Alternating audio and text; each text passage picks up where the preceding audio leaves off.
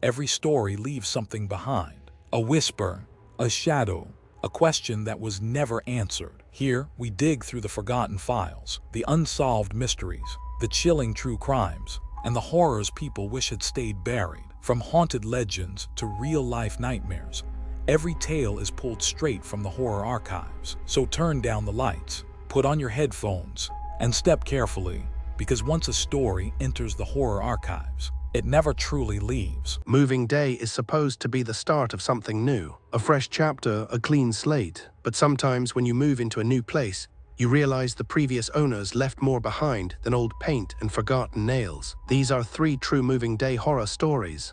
And this first story was sent in by a listener who bought a house from a deceased woman's estate. He called it the closet that was painted shut, and what he found inside that closet made him reconsider everything he thought he knew about the woman who lived there before him.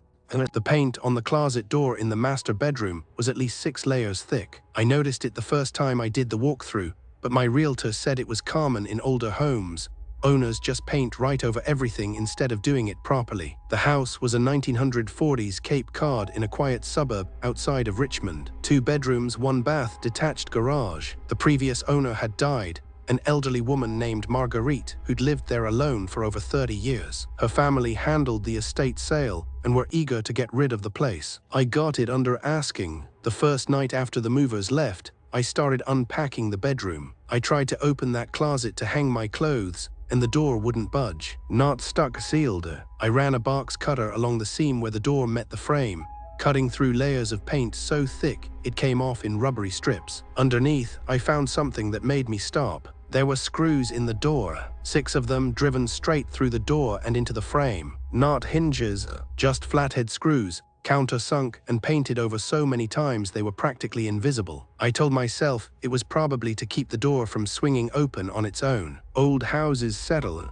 doors drift, that's all. But I unscrewed them anyway. It took almost an hour because the screws were rusted and the heads were caked with paint. When I finally pulled the door open, the smell hit me first, stale, closed in air, but underneath it something faintly sweet and chemical, like old mothballs mixed with something I couldn't place. The closet was deeper than it should have been. The house plans I'd gotten from the county showed a standard reach-in closet, maybe 2 feet deep. This went back at least 5 feet. The walls inside weren't painted. They were bare drywall and someone had written on them, not in marker or pens, in pencil, small, neat handwriting that covered every surface from about waist height down to the floor. I used my phone flashlight to read it. It was the same sentence, written hundreds of times. He is still in the house, over and over.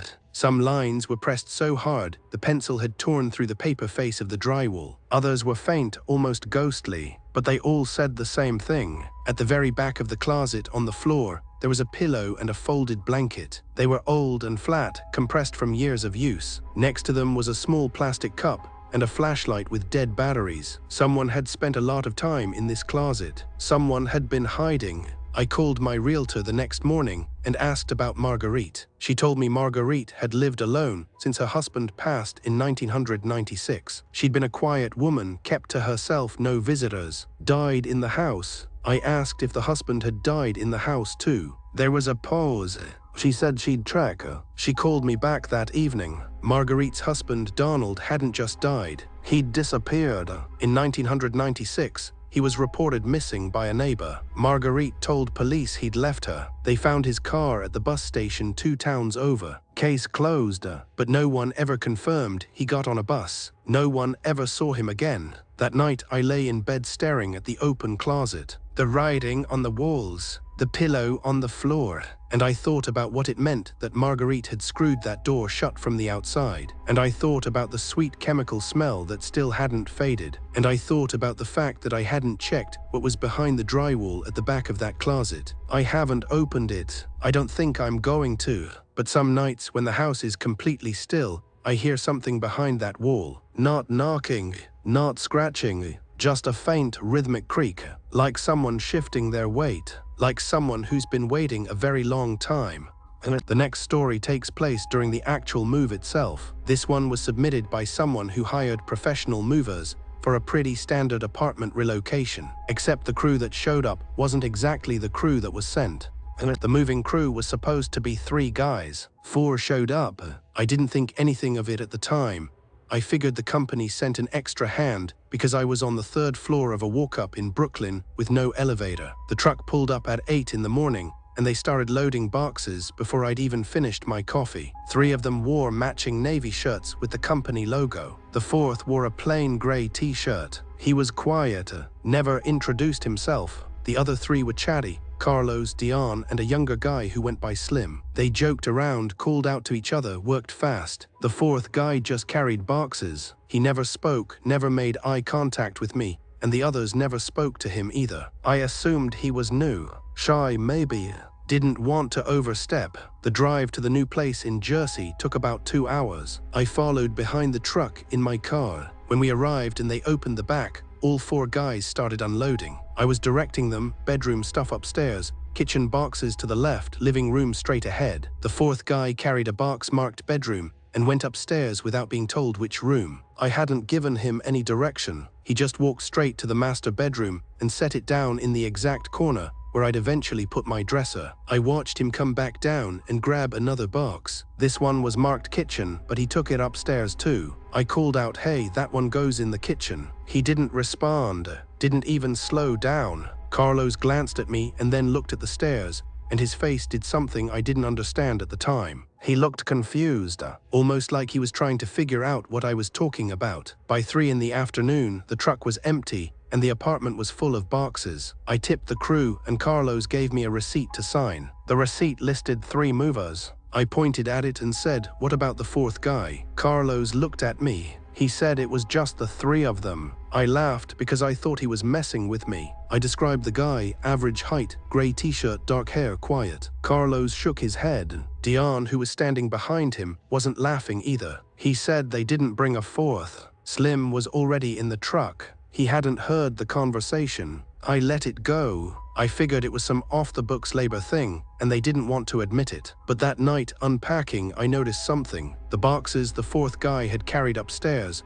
the ones I'd seen him take, were arranged differently than the others. They weren't just stacked, they were placed deliberately, forming a kind of semicircle in the corner of the bedroom. And every single one of them had been opened. The tape was cut cleanly, not torn. Someone had gone through them. Nothing was missing. I checked, but things had been moved, rearranged inside the boxes. My clothes were refolded. My books were reordered. A framed photo of me and my sister had been taken out of its bubble wrap and placed face up on top of everything else, like someone had been looking at it. I called the moving company the next morning. They confirmed the crew was 3. They had no record of a 4th worker. They asked if I wanted to file a complaint. I didn't know what I'd even be complaining about. 2 weeks later, I was getting mail forwarded from my old address, and I got a piece that wasn't mine. It was addressed to the new apartment, my new apartment, but to a name I didn't recognize. The return address was a corrections facility upstate.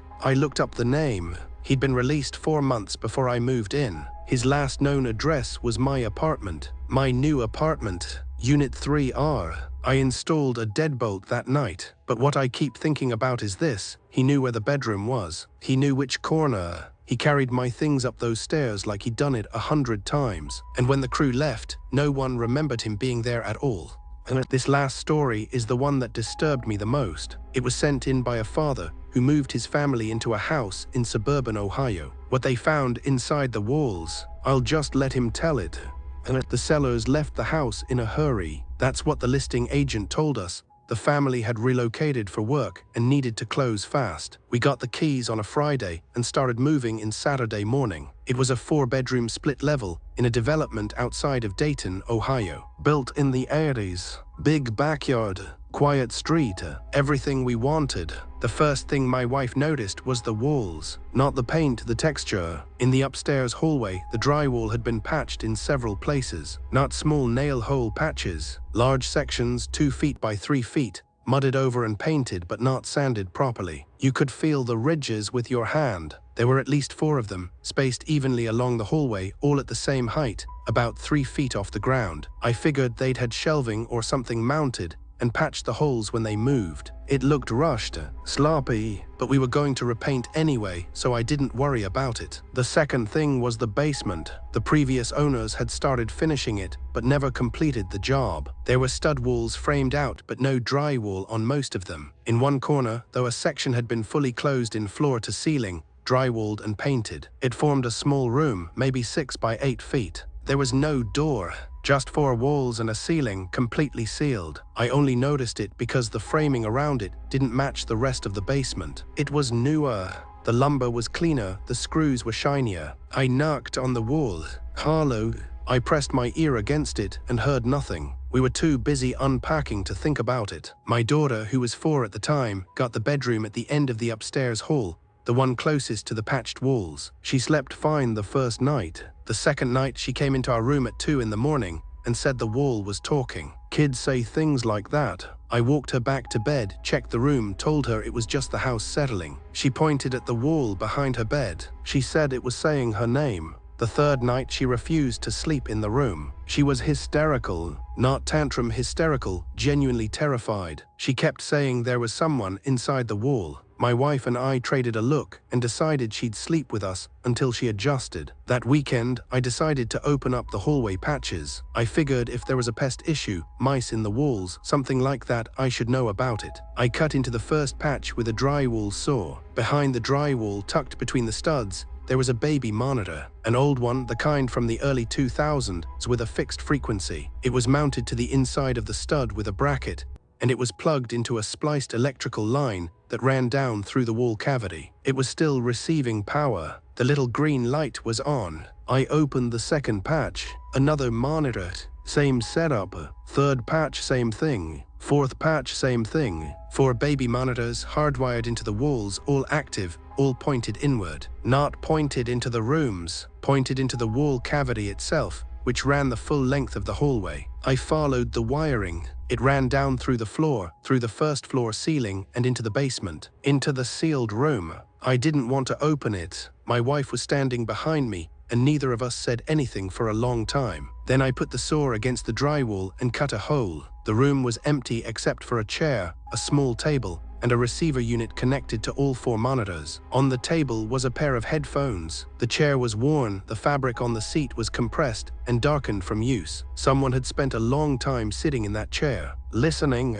But that's not the part that made us leave. On the wall behind the chair, there was a calendar, the current year, and on it, someone had circled a date in red marker. It was the Saturday we moved in. Next to it, in small handwriting, it said, "New family. 4 bedrooms, child in East room." They knew which room we'd put her in. They knew before we did. We stayed in a hotel that night. I called the police the next morning. They came out, looked at everything, took photos. They said it was concerning, but there was no evidence of a crime. The sellers had already left the state. The listing agent said she had no forwarding address. We sold the house 6 weeks later at a loss. The part I can't stop thinking about is the monitors. They were still on. The receiver was still on, which means somewhere on the same frequency, there might be another receiver, and whoever was sitting in that chair might still be listening. We check our daughter's room every night now, every wall, every outlet, but I know that's not enough, because the thing about monitors is they transmit both ways. And on the third night, when my daughter said the wall was saying her name, the monitors weren't just listening, they were speaking.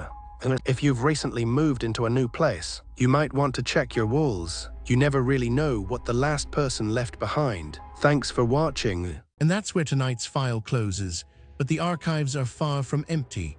If you enjoyed this story, make sure to subscribe and join us as we uncover more horrors, mysteries, and true crimes hidden in the horror archives. Until next time, keep the lights low, keep listening, because you never know what story we'll uncover next.